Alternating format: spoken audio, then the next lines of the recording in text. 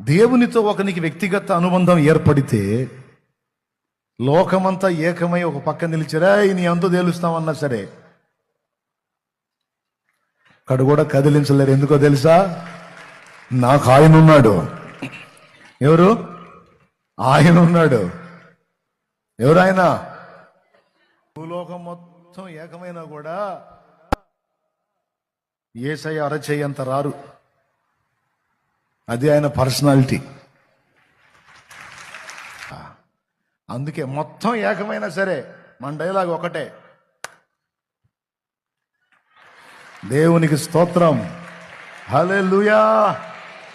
ఎవరిని బట్టి ధైర్యం?